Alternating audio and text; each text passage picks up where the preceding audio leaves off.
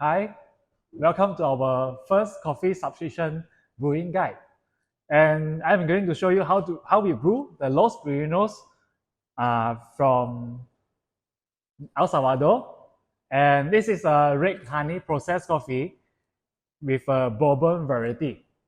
So first we start with our coffee ground, which is around 37 clicks on our Comandante grinder. And we use 16 grams of coffee. So 37 clicks is considered a coarse grind for this coffee. And with a origami dripper paired with Calida 185 flat bottom filter paper. So I'm going to start the brew now. 16 grams of coffee to 240 grams of water.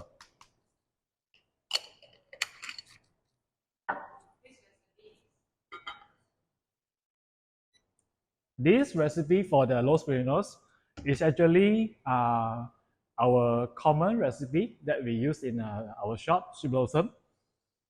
So first, we pour 40 grams of water to bloom for 45 seconds. So it's okay if you go slightly under pour or slightly over like 3 to 5 grams. It's good as long as all the coffee ground wet evenly. So this will help our extraction later on more even and more sweetness. And we will wait for 45 seconds and we'll go to our second pause.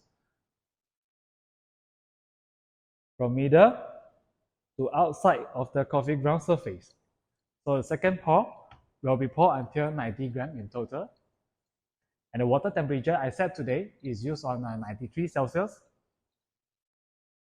You can play around with the water temperature also for Los Pirineos. It's slightly lower temperature. It will go more to like a mango-like sweetness, more jammy. But if you go higher temperature, it gives more clarity and more bright acidity with more dense mouthfeel in general.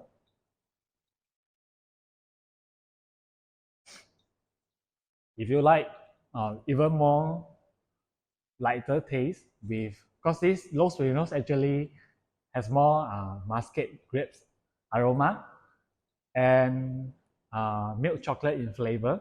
So if you want to enhance the aroma, you can actually go even coarser, maybe 40 clicks on the Comandante grinder. So make sure the flow is more faster and with a higher temperature range but below 96 Celsius for this coffee. So now we start smelling all the fruits and hints of hazelnuts coming from the coffee. The flow is getting more slower, but it's okay as long as water goes through smoothly, then it's good for this coffee. So we give the last pour to a total amount of 240 grams of water. That's it. Let it drip off. If you found a little bit more bitterness or more dirty in the mouthfeel, you can actually cut the coffee more faster, maybe 3 minutes 30 seconds or 3 minutes 45 seconds. But if you're okay with it, you can let it drip off to make sure you have a good balanced cup. So because we have different grinder, different water, and maybe slightly different brewing methods. So we will grind some sample to give you a reference so you can get a closer grind sense to what we brew today. So now it's around 4 minutes and 10 seconds. It should drip off the grounds. So it just cut through. So left a little bit water actually, if you can see. So ready to go. Give a good swirl. Now it's still too hot to drink, but at this moment, it's the best time to capture the aroma. Hints of vanilla, some milk chocolate, Also some muscat grapes, canned sugar, and some raisin.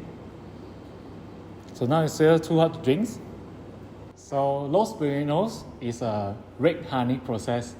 So many of you will ask, what is a red honey process? They remove the first layer of the skins, then left the mucilage and dry on a raised bed for the first 72 hours, and they will move around to make sure all the coffee dry evenly for 15 days to around 20 days, depends on the moisture, which is good for exporting. So means the second layer, the mucilage, is actually very sticky, and some of the flavor will absorb into the seed later. So means we can get extra flavor in our cup later. So this is a red honey process. So now you should try this coffee. This is quite good temperature to try now. Now aroma is getting much more better than when it's hot actually. More intensity in the aroma, increase in sweetness, and muscat start begin more obvious.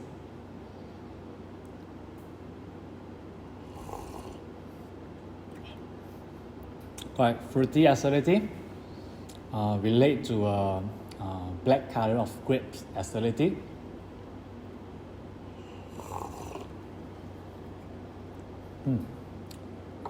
Good sweetness and good clarity.